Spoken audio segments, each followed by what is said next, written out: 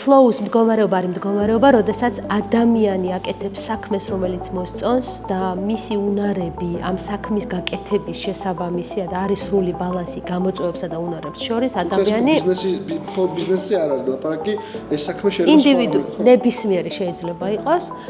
მარტივი მაგალითით რო გითხრა, მაგალითად, როდესაც ხატვარი ხატავს ხატვის პროცესში მხატვრები არიან flow-ს მდგომარეობაში. ყველაზე გამოკვეთილად flow-ს მდგომარეობა აქვთ ხელოვან ადამიანებს, მაგრამ ჩვენ ვიყენებთ ბიზნესურად flow leadership-ს 2014 წლიდან მაქვს მე შეხება flow leadership-თან და სრულიად შესაძლებელია ბიზნესში ადამიანების flow-ში ჩაგდება, ესე ვთქვათ, flow-ს მდგომარეობაში მოვათავსოთ ადამიანი, იმიტომ რომ არსებობს flow chart-ი და ეს არის მოკლედ მდგომარეობა, როდესაც არის ბალანსი გამოწვევებსა და უნარებს შორის.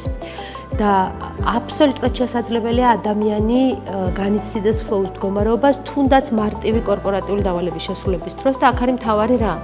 მენეჯერებმა თავიანთი თავები უნდა ჩააგდონ პირველ რიგში flow-ს მდგომარეობაში და მერე იზრუნონ გუნდის წევრების flow-ს მდგომარეობაში ჩაგდებას. მუდმივი ბალანსის ძიება გამოწვევებსა და უნარებს შორის.